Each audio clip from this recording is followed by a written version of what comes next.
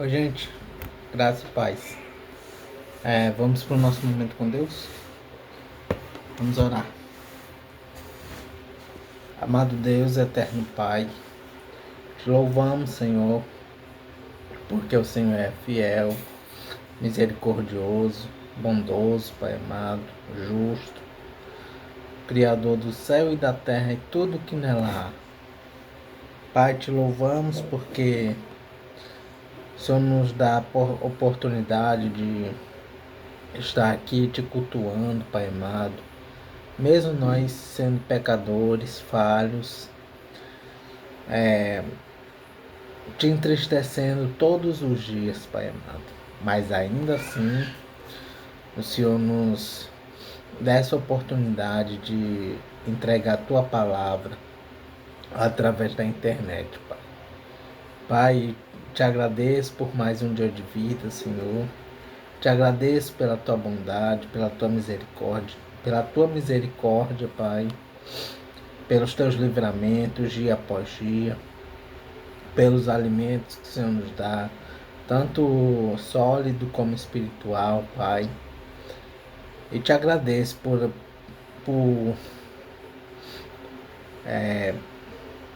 pela oportunidade de ter onde morar, Pai amado, e de estar aqui, Senhor, em comunhão contigo, Pai amado. Peço, Pai amado, que o Senhor nos dê entendimento, sabedoria, compreensão, Pai, nesse devocional que vamos fazer agora, Senhor. E que o Senhor continue nos usando dia após dia, Pai amado, para continuar entregando a Tua palavra aqui pela internet, Senhor.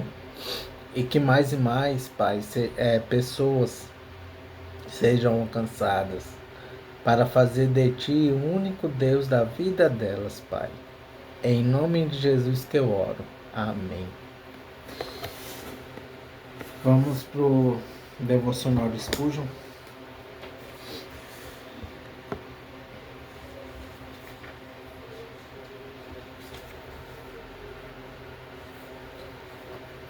E o devocional de hoje é referente a Mateus. Abra sua Bíblia no livro de Mateus.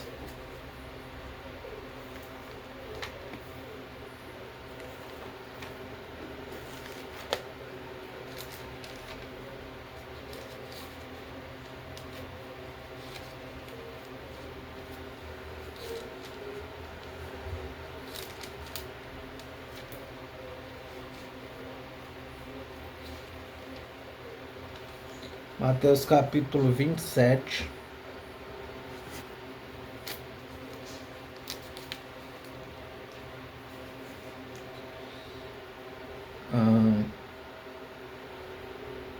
Nós vamos ler do versículo 11 ao 14, tá bom? O versículo em destaque é o versículo 14. Mas nós vamos ler do 11 ao 14. Mateus capítulo 27, versículos 11 ao 14. Jesus diante de Pilatos.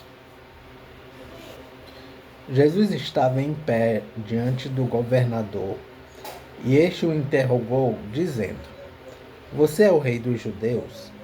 Jesus respondeu: Quem está dizendo isso é o Senhor. Mas quando foi acusado pelos chefes dos sacerdotes e pelos líderes judeus, Jesus não respondeu nada. Então Pilatos disse: Você não está ouvindo as acusações que estão fazendo contra você? Porém, Jesus não disse nada. E o governador ficou muito admirado com isso. Vamos para algumas referências e comentários dos versículos 11 ao 14.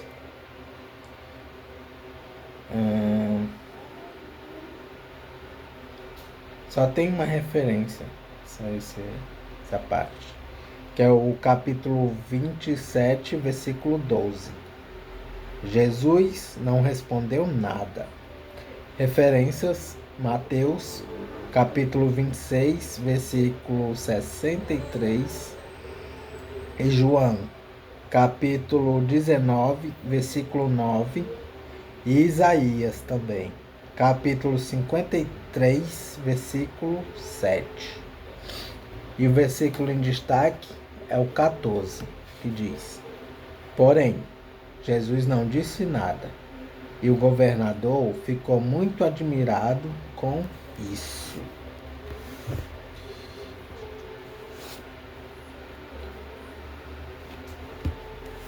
Vamos ver o que Spurgeon fala sobre esse versículo.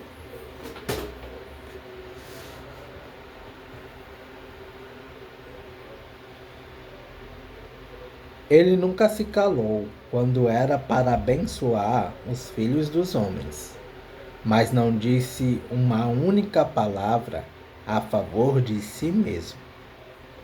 Jamais alguém falou como este homem, e nunca um homem silenciou como ele. Esse silêncio singular foi o indício de seu perfeito autossacrifício. Isso mostrou que ele não pronunciaria uma palavra para evitar o massacre de sua pessoa sagrada, que ele havia se dedicado como uma oferta por nós. Teria ele se rendido tão inteiramente que não interferiria por si próprio, nem no mínimo grau, deixando-se ser preso e morto como uma vítima resignada e sem resistência? Esse silêncio foi um tipo de vulnerabilidade do pecado? Nada pode ser dito como paliativo ou pretexto da culpa humana. E, portanto, aquele que suportou todo o seu peso se manteve em silêncio perante seu juiz. O silêncio paciente não é a melhor resposta a um mundo contraditório? A tolerância calma responde perguntas mais conclusivamente do que a eloquência mais arrogante. Os melhores apologistas do cristianismo nos primeiros séculos foram seus mártires. A bigorna quebra muitos martelos, aguentando tranquilamente seus golpes. O Cordeiro de Deus, silencioso, não nos forneceu um grande exemplo de sabedoria, onde cada palavra era motivo para uma nova blasfêmia. Era uma questão de dever, não fornecer mais combustível para a chama do pecado. O ambíguo e o falso, o indigno e o maldoso, dentro em breve derrubarão e confrontarão a si mesmo. E, portanto, a verdade pode se dar ao luxo de silenciar e descobrir que o silêncio pode ser sua sabedoria. Evidentemente, nosso Senhor, com seu silêncio, proporcionou um notável cumprimento da profecia. Uma longa defesa de si mesmo teria sido contrária à previsão de Isaías. Como cordeiro foi levado ao matadouro, e como ovelha muda perante os seus tosqueadores, ele não abriu a boca. Com seu silêncio, ele provou conclusivamente ser o verdadeiro Cordeiro de Deus. Dessa forma, o saudamos esta manhã. Sê conosco, Jesus, e no silêncio de nosso coração, permite-nos ouvir a voz de teu amor. Amém.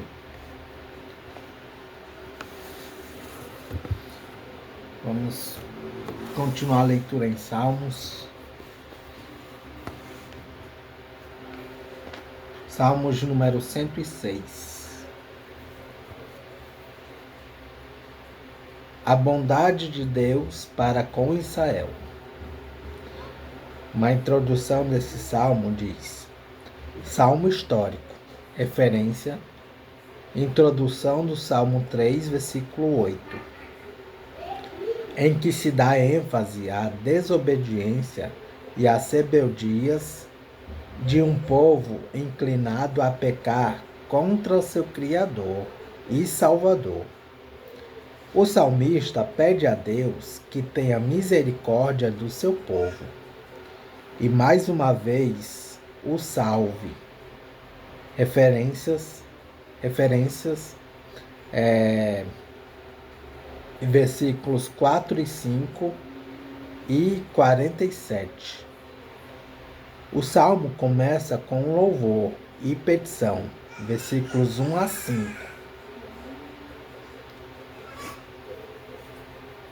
Após o que o salmista se refere aos seguintes acontecimentos na história de Israel: a travessia do Mar Vermelho, versículos 6 a 12, as peregrinações no deserto e o que aconteceu no Sinai, versículos 13 a 33, e a idolatria do povo na terra prometida, versículos 34 a 39, a ira de Deus contra o povo, seguida de demonstração de misericórdia e ajuda, versículos 40 a 46, e termina com uma oração pedindo a Deus que salve o seu povo, versículo 47.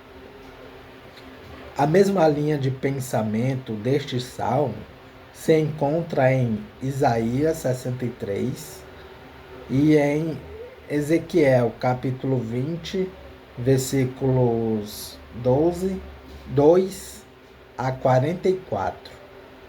Versículo 2 a 44. E os salmos iniciam assim: Aleluia! Deem graças ao Senhor, porque Ele é bom, e o seu amor dura para sempre. Quem pode contar todas as coisas maravilhosas que Ele tem feito? Quem pode louvá-lo como Ele merece? Felizes são aqueles que vivem uma vida correta, aqueles que sempre fazem o que é certo. Lembra de mim, ó Senhor, quando abençoares o teu povo, e quando o libertares,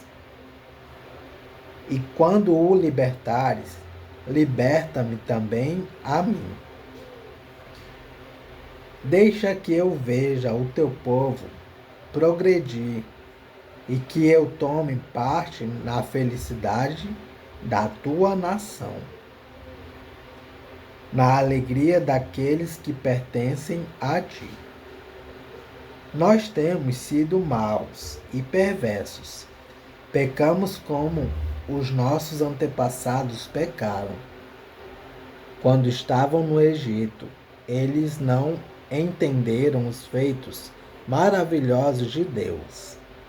Esqueceram que muitas vezes Ele havia mostrado seu amor por eles. E eles se revoltaram perto do mar, o Mar Vermelho. Mas, para mostrar o seu grande poder, Ele os salvou, como havia prometido. O Senhor Deus deu ordem e o Mar Vermelho secou. Ele fez com que eles o atravessassem, como se estivessem pisando terra seca. Ele os livrou das mãos daqueles que os odiavam. Ele os salvou dos seus inimigos. As águas cobriram os inimigos. As águas cobriram os inimigos. Não escapou nenhum. Então o seu povo acreditou nas promessas de Deus e cantou louvores a ele. Mas logo esqueceram o que Deus tinha feito e agiram sem esperar o seu conselho. No deserto, eles se deixaram levar pelos seus desejos e puseram Deus à prova. Então ele deu o que pediram, mas lhes mandou também uma doença terrível. Ali, no seu acampamento, eles ficaram com inveja de Moisés e também de Arão, o sacerdote, dedicado ao serviço do Senhor. Então a terra se abriu e engoliu Datã, Abirão e a sua família. Também foram engolidos, e a sua família também foram engolidos. Fogo desceu sobre os seguidores deles e queimou aquela gente má. No Monte Sinai, os israelitas fundiram um bezerro de ouro e adoraram aquele ídolo que haviam feito. Trocaram a glória de Deus pela imagem de um animal que come capim. Eles esqueceram de Deus, o seu Salvador, que havia feito coisas maravilhosas no Egito. Que coisas extraordinárias Deus fez ali! Que coisas espantosas fez no Mar Vermelho! Depois, Deus disse que ia destruir os israelitas. Porém, Moisés, o seu servo escolhido, enfrentou Deus e não deixou que a sua ira os destruísse. Mais tarde, porque não acreditaram na promessa de Deus, eles não quiseram entrar em Canaã.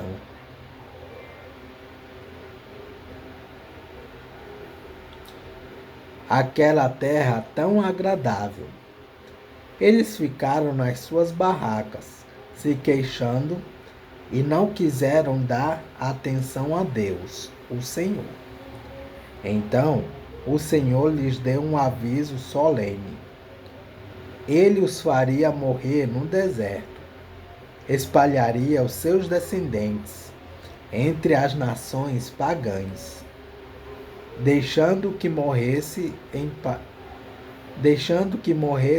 países estrangeiros. Depois, o povo de Deus se ajuntou no Monte Peor para adorar o Deus Baal. E eles comeram da carne dos sacrifícios oferecidos a deuses sem vida. Com as suas ações, eles fizeram com que Deus ficasse irado e foram atacados por uma doença terrível.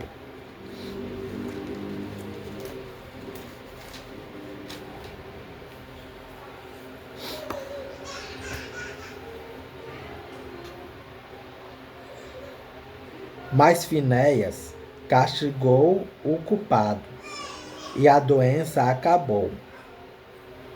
Todos têm lembrado dessa boa ação de Finéias, e as gerações futuras nunca esquecerão delas. Depois, nas fontes de Meribá, o povo fez com que Deus ficasse irado. E quem sofreu por causa disso foi Moisés. Eles fizeram com que Moisés ficasse tão irritado que ele disse coisas que não devia. Eles não mataram os pagãos como o Senhor Deus tinha mandado, mas casaram com aquela gente e imitaram os seus costumes pagãos. O povo de Deus adorou ídolos e por causa disso foi destruído. Eles ofereceram os seus próprios filhos e filhas como sacrifícios a deuses pagãos.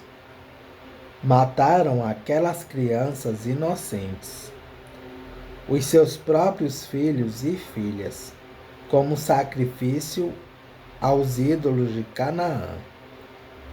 E o país se tornou impuro por causa desse sangue. Fazendo essas coisas, eles corromperam e foram infiéis a eles se corromperam e foram infiéis a Deus. Então o Senhor ficou irado com o seu povo. Ficou muito aborrecido com eles. Ele os abandonou nas mãos dos pagãos, e estes os dominaram. Os israelitas foram maltratados pelos seus inimigos.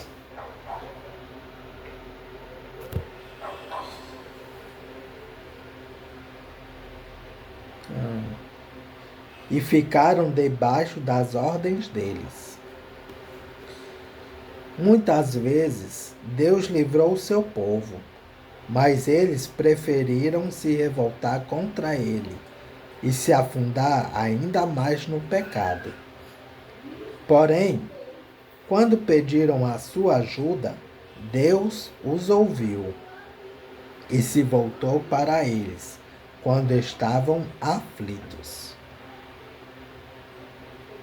Por causa deles, Deus lembrou da sua aliança e por causa do seu grande amor, ele mudou de ideia.